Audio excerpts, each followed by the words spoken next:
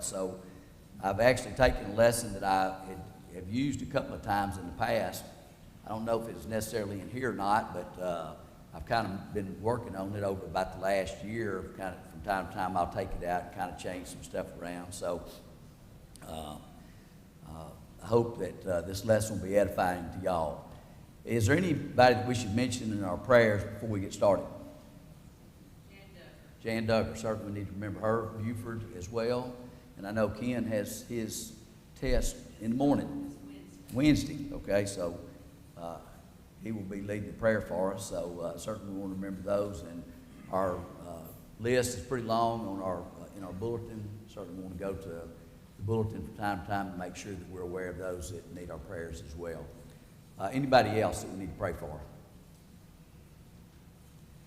Ken, if you would. Let's all pray together. Father, we thank you so much for this day. Thank you for every person here that your family is represented. We ask that you be with our service today. Please be with our country at this time, be with our leaders. Father, we have so many that are not feeling well, that are on our sick list. Please be with the Duggar family and Brother Buford at this time. Be with the doctors and nurses helping them, assisting them. If some father that just didn't feel like coming to services, we ask you to be with them. Father, we ask you to be with Brother Chris, Brother Phil, and his lessons come to us today. May we gain much from their words and from the study of your word. We thank you so much for the things that you've given us, all the blessings that you bestowed on us. We pray that you forgive us for our wrongs. We can someday be in heaven. In Christ's name we ask. Amen. Certainly this last week, everybody's been caught up with the concerns with the little submarine, a little submersible that went down, and ultimately the people perished that were on that submersible. They came back at the conclusion of the whole thing and said that early on they knew that there had been an implosion in this submersible. They weren't, sure exactly the ultimate end to it, so they wanted to continue looking, but they come back now and they say that they had detected an implosion early on in the process. And I was kind of intrigued by this thing as it went along, because certainly as most people did, they prayed for the safety of those people and ultimate salvation of those people, I guess for lack of a better term, that they would be able to be saved and pulled up and they would have an unbelievable story to tell. But since the story of the implosion came along, there's been many stories that have dictated and told exactly probably what the final time was for those people.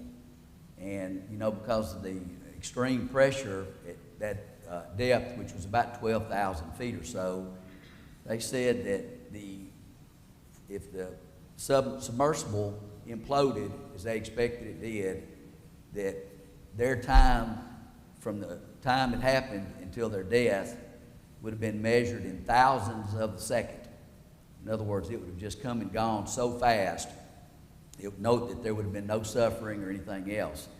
And I was really interested in that when I read that, because I thought, the Bible warns us that the end of time is going to be much the same way, in the twinkling of an eye. There are many people today that actually think that there will be some time for negotiations and time for different planning things that could take place during the final time. And unfortunately, the Bible warns us and tells us that there will be no time. At that point, all the things will be settled. And that we make our preparations now so that when that day comes, if it comes while we're alive, it may come while we're alive, it may come thousands of years after we've passed on, we're not sure. But the warning is for all those people, whoever it may be that may be alive, that it's going to come quick and there's not going to be any negotiating time or anything else during that time. And so I just thought I would mention that. That did interest me some over the course of the last week. In 1 John chapter 1, we're going to start reading in verse 5, and we're going to study from the book of 1st, 2nd, 3rd, 4th, and I believe even the last chapter of John. I've got some notes on that as well. But we're going to start reading in verse 5 of 1 John chapter 1, where it says, "This then is the message which we have heard of him, and declare unto you that God is light, and in him is no darkness at all. If we say that we have fellowship with him and walk in darkness, we lie and do not the truth. But if we walk in the light, as he is in the light, we have fellowship one with another, and the blood of Jesus Christ, his Son, cleanses us from all sin. This is another one of the great contrasts that we have in the Bible. You know, we have, I wrote down some of the contrasts. I'm sure I missed a bunch of them, but, you know, we have the broad way and the narrow way in Matthew chapter 7. We have the sheep and the goats as it is described in the great judgment scene in Matthew chapter 25. We also have heaven and hell described in multiple places, and the contrast between those two and how it's going to be for those in heaven and those who are going to be in hell. But here we see another contrast here between light and darkness, whether we're walking in the light or we're walking in darkness. There's only two positions that we can be in this world. Everybody in this auditorium, everybody in the city of Memphis, and in the surrounding community, and everybody in the world is in either one of these two positions. They're either walking in the light or they're walking in darkness. Everybody should know, or at least have some concern about where they're at. Where do they fall in this? I wrote down this couple of sentences years ago. I'm going to read them again here. It says, when does one have a disrupted fellowship with God? That's something that we do not want to have. John gives us the clear answer to this question. If we say that we have fellowship with him, with God, verse 6, and walk in darkness, we lie and do not the truth. Walking in darkness inhibits the fellowship with God. I remember years ago, Jerry Martin was teaching on fellowship, and he said, think about it this way. We're a bunch of fellows in the ship. In other words, we're all together. We're all traveling. We hope to be in the fellowship with those that are walking in the light and not in the darkness. John gives us some verses all the way through these books, 1st, 2nd, 3rd, 4th John, concerning how we can identify if we are indeed walking in the light. Because some people might say, how can I tell if I'm walking in the light? How do I know if I am in the light? How do I know if I'm in darkness? John, you know, we look at this verse right here, and we're looking at it as we're looking at it through a microscope. We focused on these 4 verses. Now what we're going to do is we're going to pull back, look at all of John's writings as he describes in these books, and it is unbelievable when we pull back and get this view, what it means to walk in the light. And there's several terms that we're going to look at through the course of this 45 minutes or so that help us know if we're walking in the light. And the first phrase, the first term that we're going to look at is keep his commandments. Now this phrase is found 1, 2, 3, 4, 5 times in the 1st, 2nd, 3rd, 4th, and 5th John. It is found in 1 John chapter 2, verse 3, 1 John chapter 3, 22 and 24, and 1 John chapter 5, verses 2 and 3. Let's look at a couple of these. 1 John chapter 2, verse 3, if you'll flip over there. Now remember, we're trying to figure out what it means, how we know if we're walking in the light, okay? It says in 1 John 2, verse 3, and hereby we do know that we know him if we, he includes himself in this, as the teacher, keep his commandments. You know, the question can be laid out to all of us, are we keeping his commandments? I've been kind of fascinated with Bruce's statements over the last few weeks where he's talked about the different books, and he'll make a certain point, and he'll say, it says in this particular reading that there is so many verses that deal with this. And then he'll find another one that'll state something, it'll say a totally different number. And then you have another one that is a totally different number. Well, I went back and I looked up the commandments of Jesus and also the commandments all the way through the New Testament. In one place it says there is 310 commandments of Jesus. Okay? I never knew that. Another place says there's 330. Another one says another number. Another one says there are 1,200 and something commandments in the New Testament. That's a lot. Were you aware that you had to do that many different things? There are things that you can do and can't do. But Anyway, let's read again what John said hereby. Hereby we do know that we know him if we keep his commandments. Let's look at one more. 1 John 3, 22 and 24. Phrase just keeps popping up. Whatsoever we ask, we receive of him, because what? We keep his commandments and do those things that are pleasing in his sight. And this is his commandment, that we should believe on the name of his Son, Jesus Christ, and love one another as he gave us commandment. I do want to read the last one, because I'm compelled to do this because I've always been so fascinated. Turn to 1 John chapter 5, verses 2 and 3. By this we know that we love the children of God when we love God and keep his commandments. For this is the love of God, that we keep his commandments. And what John tell us this, his commandments are not grievous. His commandments are not too tough for us to bear. Everybody in this room can do the commandments that are laid out for us in order for us to have eternal salvation, in order for us to be able to walk in the light, to confirm that we're walking in the light. His commandments are not grievous. I've often said this as an example. Can you imagine if we were commanded, in order to get to heaven, we had to climb Mount Everest? I'm done. I'm not even climbing Mount Moriah. I'm talking about here in this city. I'm not climbing anything over 5'9", because that's how tall I am. I'm not going any higher. But he don't give us commands like that. His commandments are not grievous. His commandments are not too hard to bear. They're not too tough for us to do. Turn to Jeremiah chapter 10 and verse 23. We're going to deviate a little bit as we talk about the commands. We're going to look at Jeremiah chapter 10 and verse 23.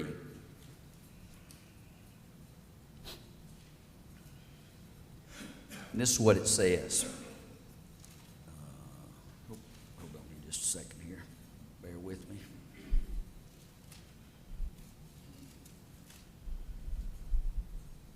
O Lord, I know that the way of man is not in himself. It is not in man that walketh to direct his steps. Jeremiah said this thousands of years ago, that it's not in man to determine what he's going to do to have his salvation. It's not in man to do it. If we look around the world today, let me tell you what we've got. We have got people all over this world that are trying to direct their footsteps. And look at what it has given us in this world today. Chaos, murder, theft, animosity, hatred, so many things because people are trying to direct their own footsteps. John tells us if we're going to walk in the light, we're going to keep his commandments. But we've got people that have gone out and said, I'm going to establish my own commandments. I'm going to do things the way I want to do it. And, you know, Paul comes along in Romans chapter 10 and verse 3 and gives us a view from the New Testament perspective. Turn over there.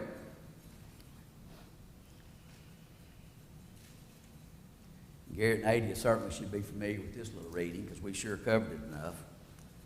Starting in verse 1, Brethren, my heart's desire and prayer to God for Israel is that they might be saved. For I bear them record that they have a zeal of God, but not according to knowledge. For they, being ignorant of God's righteousness, and going about to establish their own righteousness, have not submitted themselves unto the righteousness of God. Here we have the Jews in the first century that wanted to go back to the old law. You know, the theme of the book of Romans is the gospel of Christ. You know, early on in the first chapter, Paul says, For I am not ashamed of the gospel of Christ, for it is the power of God unto salvation to all them that believe, to the Jew first and also to the Greek. For therein is the righteousness of God. What, Paul? Revealed. Revealed. Paul told us early on in the book of Romans that the righteousness of God is revealed through the gospel. But we have people today that want to go about and establish their own righteousness, that they want to do. You know what's sad? We've got people in the church that want to establish their own righteousness. They want to go back and they want to change things, and they want to do things a different way. They make a decision as to what they want to accept of the commands, and they go ahead and adhere to those, but some of them they don't feel so comfortable about, and they don't want to do them. I think I'll attend, or I won't attend, but I'll make that decision. I'll make the decision exactly how I'm going to do it. I'm going to establish my own righteousness. I'll do things the way I want to. I'll take my paycheck and I will throw a few scraps in the plate, and I'll buy a $40,000 or $50,000 car, and I'll do things the way that I want to, and I'll establish my own righteousness. And when the trumpet sounds, I'll deal with it. I'll have my capacity to deal with it then, even though we know they won't.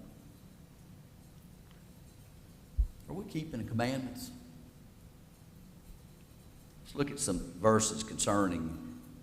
more verses concerning commandments. John 14:15. John 14:15 came up Wednesday night. Aaron brought this verse up.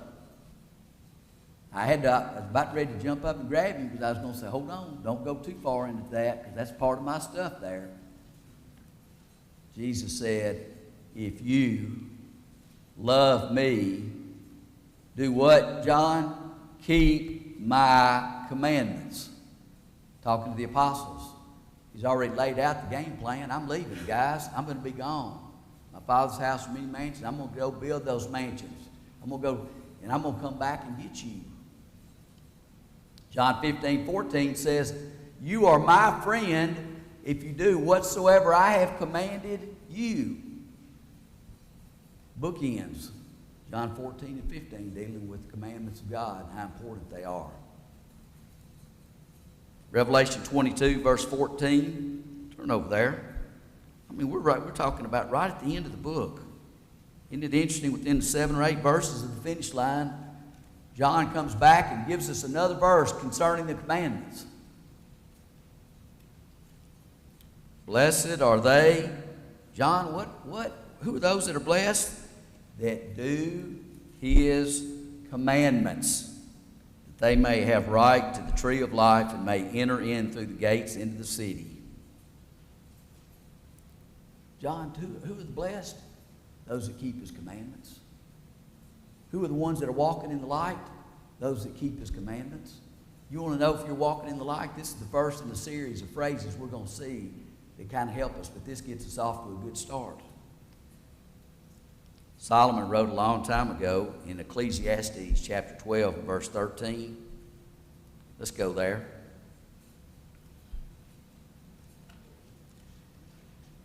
Solomon had concluded the great experiment in life where he had tried to figure out the things that could possibly make him happy and contented. And at the end, the experiment's done. He's hanging the white coat up on the hook. He's walking out of the laboratory at this point. The experiment is over. He is done. It is finished. And he's as most good scientists will do at the conclusion of an experiment, they write down their findings.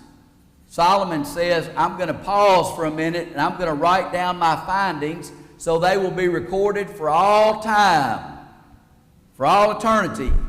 Everybody will be able to read the conclusion of my experiment. Tell us what you found out. Let us hear the conclusion of the whole matter. Fear God and what? Keep his commandments, for this is the whole. And the King James Version inserts the word duty in there. It's in italics in the King James, but I always like to quote it as it was originally meant to be. For this is the whole of man. There is no other reason. Fear God and keep his commandments, for this is the whole of man. For God shall bring every work into judgment with every secret thing, whether it be good or whether it be evil. He certainly considered the keeping the commandments to be a serious charge to all people. So many look down and say, I'll keep a few, I'll modify a few, and I'll ignore a few, to their own shame and detriment.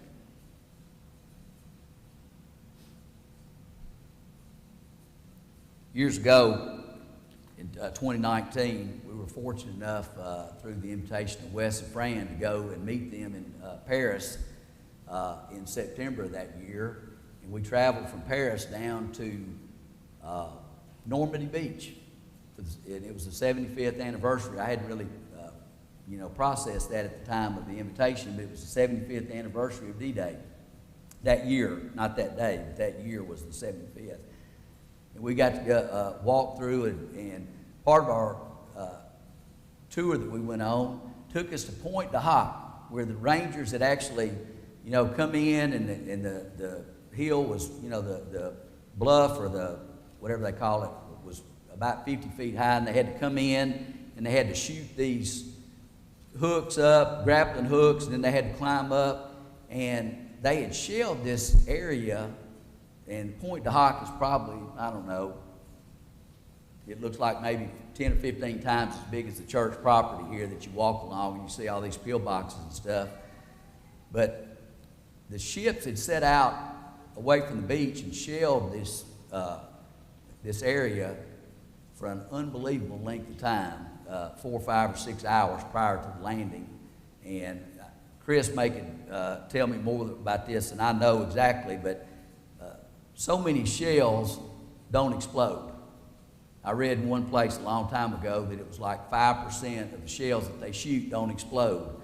Well, there's holes all around this area, Point de Hoc, big holes where these shells had come in from these ships. But you walk along a path that's about 10 feet wide, and there's a sign that says, "Warning, do not," and this is a paraphrase, I should have taken a picture of it, "do not get off the path.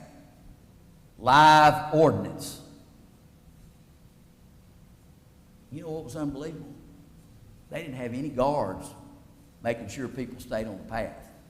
You look at one of those holes and you say, if I step off into one of these holes and it explodes, probably not going to be much left.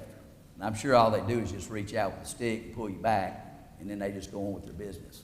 There's no guards there. It's a command, and it's a warning, letting people know.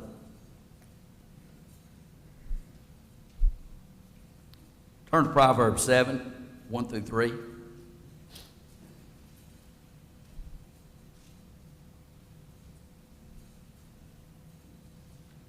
My son, keep my words and lay up my commandments with thee. Keep my commandments and live, and my laws, the apple of thine eye. Bind them upon thy fingers, write them upon the table of thine heart. And certainly we remember Psalm 119, verse 11, that says, Thy word have I hidden in my heart, that I might not sin against thee. We take the commands and we bind them on our heart. We write them.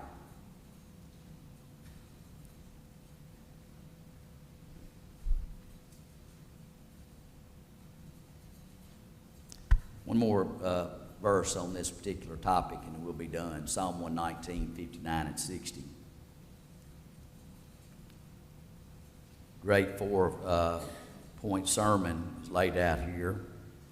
Actually, I have preached this before.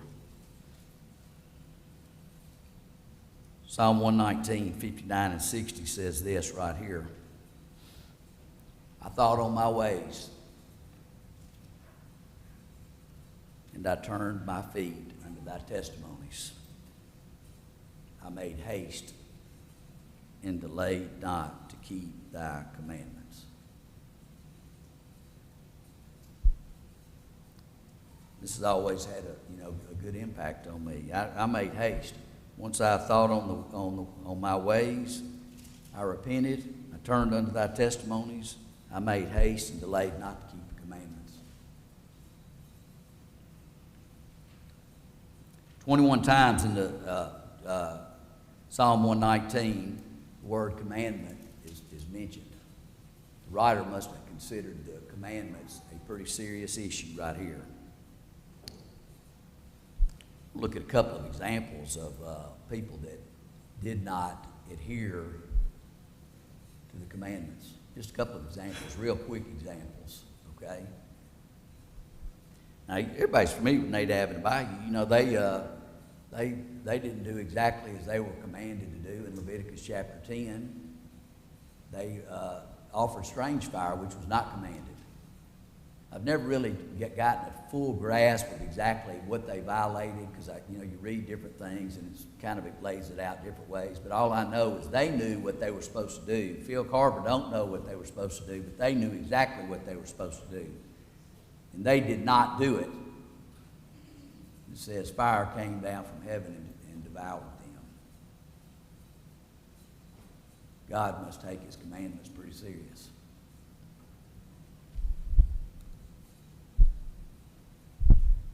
Turn to Genesis chapter 2. We're going to look at this example real quick, because I think a lot of times the final point is never made. I've heard this stuff preached on before, but I've never heard the final point, the most important point of all. Sometimes it's not made. Genesis chapter 2, 16 and 17 says, God dealing with Adam says, the Lord commanded the man, saying, of every tree of the garden thou mayest freely eat, but of the tree of the knowledge of good and evil thou shalt not eat of it, for in the day that thou eatest thereof thou shalt surely die. Lays it right out. 22 and 24, we see that 22 through 24, we see that Eve comes along and comes into the picture. We're never really told that Eve was ever told by God that she was not supposed to eat from the tree, but she knew about it, because we read it in the next chapter. But we don't ever see God telling her, don't eat. He told Adam. But somehow in the process, Eve knew it as well, because as we move into the next chapter, chapter 3, after they're told not to eat of the tree, the serpent was more subtle, verse 1, than any beast of the field which the Lord God had made. And he said unto the woman, Yea, hath God said, Ye shall not eat of every tree of the garden?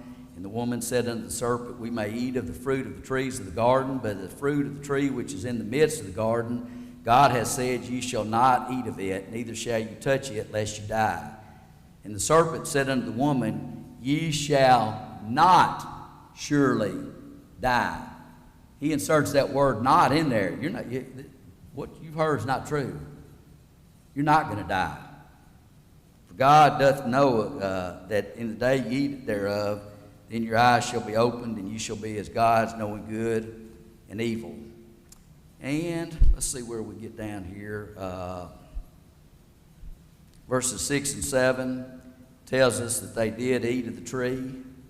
We move on down a little bit more here, just for lack of time. 11 through 13, the Lord called unto Adam and said, Where art thou? I heard the voice. I was afraid because I was naked. And God was kind of shocked. How did you know you were naked? How did you know this? Hast thou eaten of the tree? Verse 11, Where have I commanded thee that thou shouldest not eat? He asked. He already knows the answer. Have you done what I told you not to do? I gave you a command. Don't eat of this tree. The man said, The woman whom thou gavest to me to be with me, she gave me of the tree, and I did eat. Sounds typical of most people today. Not necessarily just men, but just people in general. They're always going to have an excuse. But we go back to the original thing that God had told them in chapter 2. If you eat of the tree, you'll die. And a lot of times the conclusion of this lesson is never mentioned. We move to Genesis chapter 5 and verse 5. What does it say? And all the days that Adam lived were 930 years. And he died. What happened to Adam? He died just as God had told him he would. We will die spiritually if we don't keep the commandments, just like this is an example laid out for us. Very clear to understand. Okay? We keep the commandments, but we will die just as Adam died. We won't die physically. We're all going to die physically no matter if we keep them or not. We're going to die spiritually. And the spiritual death will be very terrible and very horrible. Another phrase that we read in the book of 1 John, I always tell them they need to give me like 5 hours. I could get through one lesson, because I'm not even going to get through a third of this lesson here. Another phrase that John uses to help us make sure that we understand what it means to walk in the light is keep his word. Turn to 1 John chapter 2 and verse 5. This is very similar to keep his commandments. 1 John chapter 2 and verse 5 says, whoso keepeth his word, in him verily is the love of God perfected. Hereby know that we are in him, if we keep his word. John said in his original, one of the four gospel accounts, John 17:17, sanctify them through thy truth. What, John, tell us? Thy word is truth. Set us apart by the truth. Sanctify means set apart, separate us from the world. And he says, thy word is truth. The word is what separates us from the world, the saved from the unsaved. Psalm 119, 105. Oh, I love this. Oh, I love this. Okay.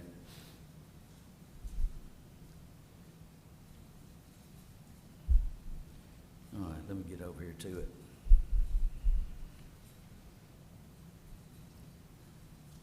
It's one of the unbelievable and verses in the Bible. Now, what do I mean by that? An and verse? We emphasize in Acts 2:38, repent and be baptized. We'll always say that and is a conjunction joining two things together, both of equal importance. This is another one of the and verses. There's two things here. One is often emphasized, the other one is not. Read with me. Thy word is a lamp unto my feet and a light unto my path. We could use this one verse right here to help us understand what it means to walk in the light. Who knows what the difference is between a lamp and a light? A lamp is something that if I stand a lamp up right here, I'm going to turn that lamp on and it's going to illuminate things right here, right down, right in the area. It may be 5 or 10 feet, but I'm not going to take a lamp with me and walk down a trail. You don't use it. You wouldn't have a lamp on the front of your car and going down some dark streets. You want a beam pointing way out that lights things up. What is the psalmist saying here? Thy word is a lamp unto my feet. The word tells us where we're at, and it also tells us where we're going. You can open up the Bible, and you can tell at any point in time exactly where you are in life spiritually. John said if you walk in the light, you can know if you're in the light by the Word of God. It tells us where we're at, but it also tells us where we're going. If you're living in sin, the Bible lays out a clear picture for you what your destiny is. There will be no doubt on the day of judgment when you stand before the judgment bar of God, as pictured in Matthew chapter 25, exactly what your destiny is, because the Bible tells you and lays it out for you in clear terms. There's another one of the great contrasting situations. Depart and enter, as told by those that stand at the judgment scene. You're either going to be told to depart or enter. When John says, keep his word, the word is a lamp unto our feet and a light unto our pathway. It tells us where we're at. Where are you at today? You don't have to answer that to me, the elders, or anybody. You answer it for yourself. This isn't, we're not going to pass out slips of paper and ask everybody to answer it. We're not going to send it home and put it on the refrigerator so your kids can see it. I'm asking you personally, where are you at today? Are you keeping the word?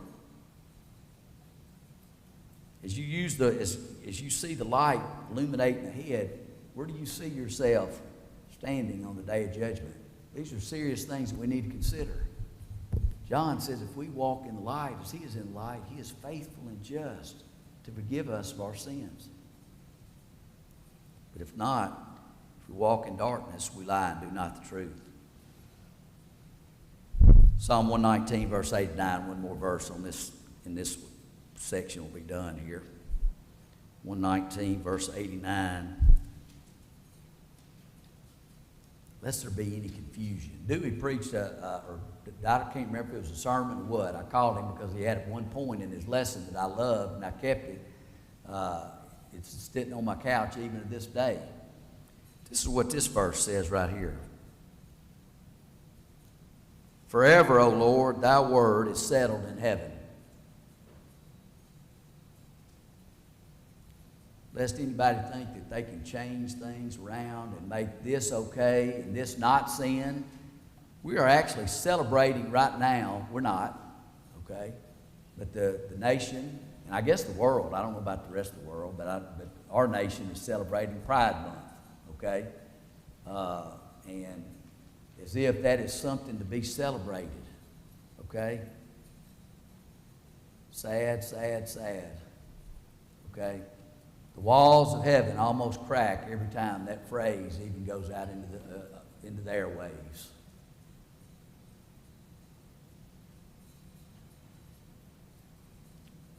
Because long before Pride Month ever came to being, and long before all the issues of today that have been okayed, the psalmist said, "Forever, O Lord, thy word is settled in heaven." Settled means that's it. There's not going to be any more. There's not going to be any changes. You know, you think about Uzzah. Scott always laughed because I talk about Uzzah all the time until he heard on Johnny Ramsey one time that he heard Johnny Ramsey say that people ought to talk about Uzzah about every 2 or 3 weeks. And then he figured out maybe I wasn't so wrong after all. But, you know, they were told back then, don't, carry the ark with the staves through the rings and put it on your shoulders and carry it. And all of a sudden we read later on that they're carrying the ark on a cart. And the cart this ox stumbles and the cart kind of shifts a little bit and the ark is tilting a little bit or whatever. And Uzzah puts his hand up and boom, he struck dead. You knew that had an impact on the people. But here's the question, an unbelievable question. What was the space of time between the time they were told to carry it with the staves and the time that Uzzah touched it on the cart? Most people don't know the answer to that. You ask them, said, what's the space of time between that? 430 years separated. Here's how you do it, and here's the way they did it. God doesn't have any time constraints on his commands. He told them how to do it. They didn't do it. He paid the price. What was interesting is, as they move on, guess what you look around and find them doing? They're getting some staves. Can you imagine being the next guy to be told, hey, will you go up there and kind of move us out of the way, and you go push the ark back up onto the cart? You reckon they had any volunteers? No. You find them in the next chapter getting their staves ready, putting the staves through the ark on the shoulders. Here we go. Why are we doing this? This is the way God told us to do it from the beginning. You've got people in the world today that think they can change things, and it's all of a sudden it's okay with God. And we could go through church buildings all through the city of Memphis today, and you'd see pride banners and things up, and people celebrating this as if it's something to be celebrated. And God has condemned this from the very beginning. God created marriage in Genesis chapter 2. Shame on the people in the world that think they can change God and not keep his word. If we're going to walk in the light, we're going to keep the word.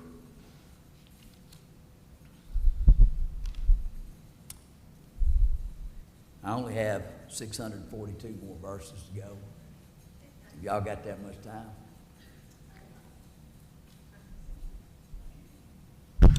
Look at one more reading here. I'll save the rest for another day. 1 Thessalonians 2:13.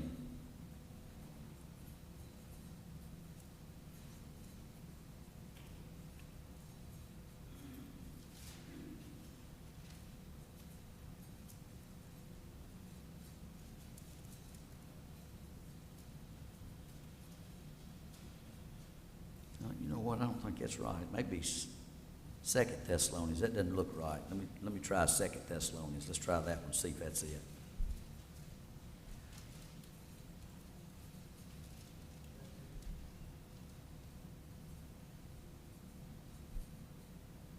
No, that's not it either. I'm not sure what it is. I'll have to go back and look that one up. I'm going to finish with this here, and I'm not going to read the verses. But you know, we find out the emphasis on the word. Let me see what time it is. I got 2 more minutes to go. The emphasis on the word. Does that make sense, Paulette? The emphasis on the word. It is emphasized in the book of Acts. Okay? And we could start. I'm going to give you verses that have the word in it, and I'm just going to read one of them for you, just one. Acts 2:41 says, bear